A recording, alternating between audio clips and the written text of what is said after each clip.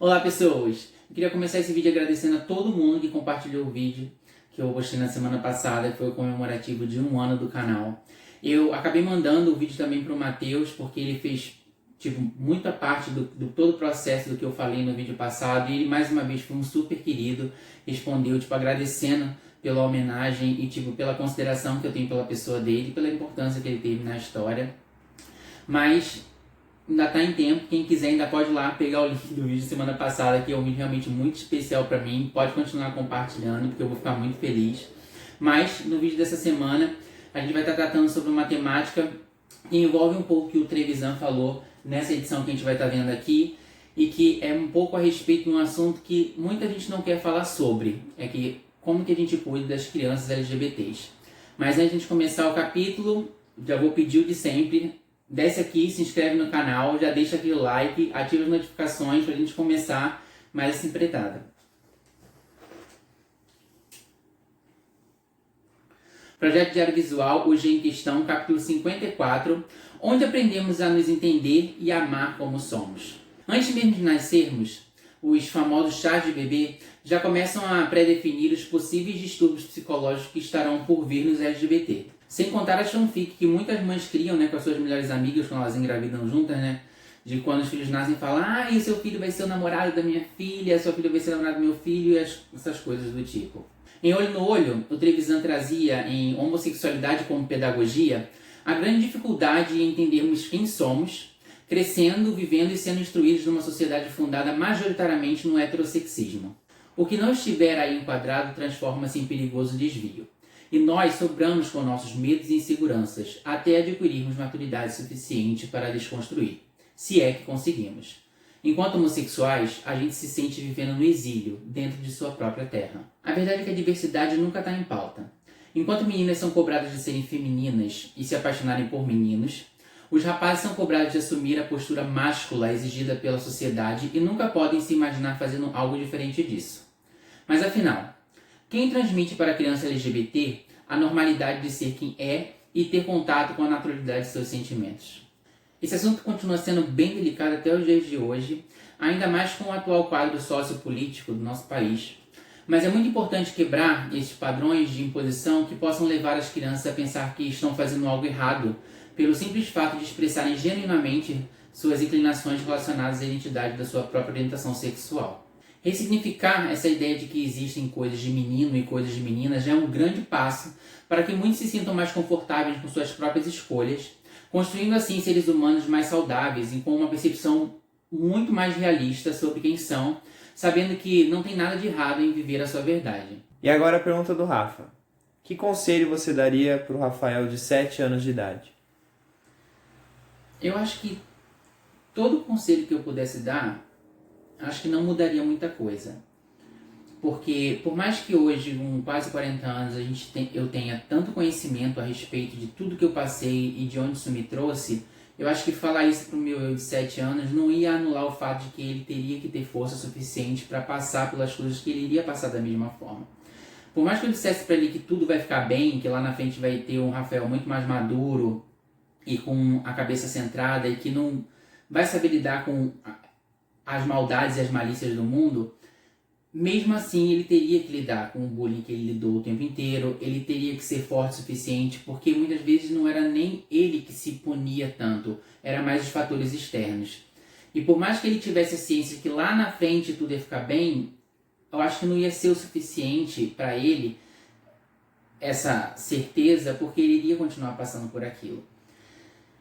E eu acho que eu não queria anular ele de sentir todas essas coisas, porque eu sou daquela teoria de que tudo que a gente passa na nossa vida molda a pessoa que a gente se torna no futuro.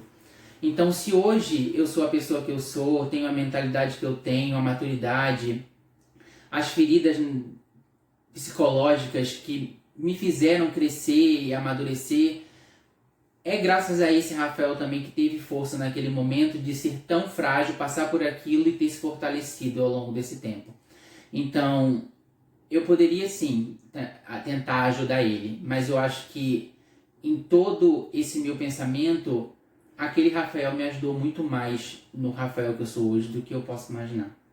Agora, partindo para as demais partes da revista, em termos de eleição, a G mostrou na seção Política Arco-Íris Gays Rumo ao Poder uma entrevista com diversos candidatos LGBT e suas percepções a respeito de diversas temáticas que envolvem tanto a comunidade LGBT quanto políticas públicas em geral, e com isso mostra mais uma vez a importância do discernimento e posicionamento político, como a gente mesmo já viu em 2 capítulos aqui do nosso Diário Visual, o capítulo 10 e o capítulo 22, que eu vou deixar aqui em cima o link para vocês poderem ir lá dar uma relembrada. A entrevista desse mês foi uma rapidinha com a Rita Lee, e a gente queria saber a opinião dela a respeito das paradas e se os preconceitos mudaram ao longo dos 30 anos já da carreira dela naquela época. O preconceito diminuiu bastante, mas ainda está a desejar. A parada do orgulho gay tem crescido a cada ano e os políticos e empresários estão de olho nesse eleitorado. É preciso que os iguais entendam que a convivência pacífica com os diferentes é saudável e necessária. Questionado se tinha alguma crítica em relação às paradas, movimento gay, ela só teve uma coisa a dizer. Criticar o movimento gay, isso a gente deixa para os políticos conservadores da vida. A Rita vem de uma era tão antes da gente mesmo, tipo década de 70, e ela é a prova viva que, tipo, para você ter uma mente aberta e respeitar a diversidade, independe, tipo, do tempo em que se vive, né? É só, tipo, você saber entender a realidade do outro e, tipo, e deixar ser cada um com a sua vivência. Na seção autoajuda, a G trazia a arte de beijar, descubra-se um artista. Parece até meio bobo, né? Tipo, uma matéria de autoajuda falando formas da pessoa aprender a beijar. Mas, gente, falar por experiência própria, tem gente que ia precisar de uma ajuda dessa, viu? Porque, olha, meu tempo todo, tipo, de ficar, de encontrar gente, época de aplicativo, da época de solteiro, é incrível como tem gente, tipo, de qualquer idade que precisava de umas lições, porque parece meio que impossível, mas acontece mais do que a gente possa imaginar. Vocês têm histórias a respeito disso, de que a gente parece que aquela ideia, isso é coisa de adolescente, a pessoa não saber beijar, mas é mais comum do que a gente imagina. Vocês já passaram por esse tipo de circunstância de, tipo, marcar um date quando você é com a pessoa, às vezes você tinha aquele ideal, imaginou a pessoa, colocou ela no pedestal, quando você dá o primeiro beijo, fala, meu Deus do céu, o que eu tô fazendo aqui? Conta aqui pra gente. Nos ensaios dessa edição, na seção Lolitos, a gente trouxe mais um novinho, de 20 anos, o Guido Terra. A seção Lolitos era bem sucinta e às vezes tinha, tipo, umas 4 ou 5 particularidades sobre o rapaz, então não tem nem muito o que falar. Profissão, o que fazia, mas às vezes não tinha nem isso, dizendo. No replay, o modelo natural de Votuporanga, Wilson Sprocati, que hoje em dia é policial militar e continua sendo bolsonarista roxo, porque eu fui, como ele é replay, que ele já apareceu antes, que eu já falei dele, eu fui lá depois de ver tantas atrocidades que esse desgoverno continua fazendo, eu fui olhar se ele continua defendendo a ferro e fogo e continua passando essa vergonha em rede social.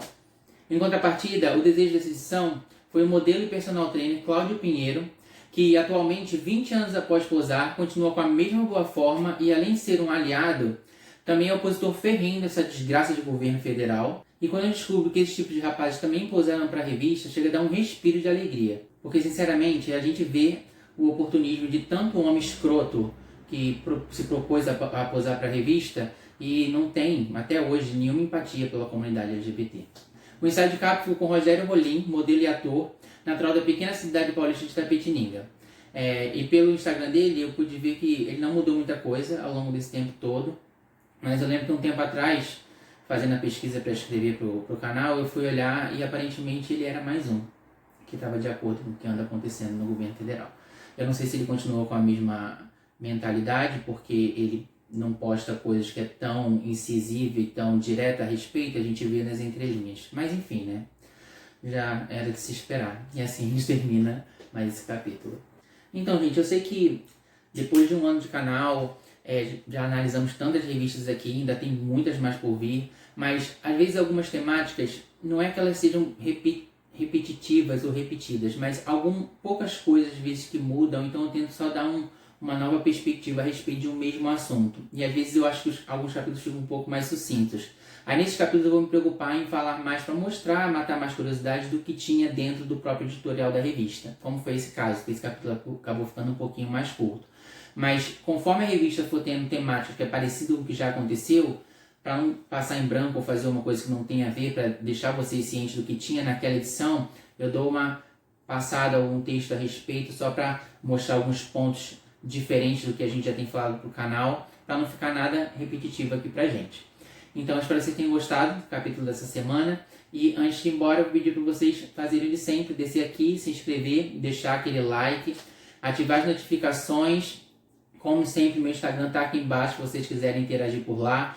Comentar bastante, compartilha, que isso ajuda também o canal a crescer. E a gente se vê semana que vem. Até já já.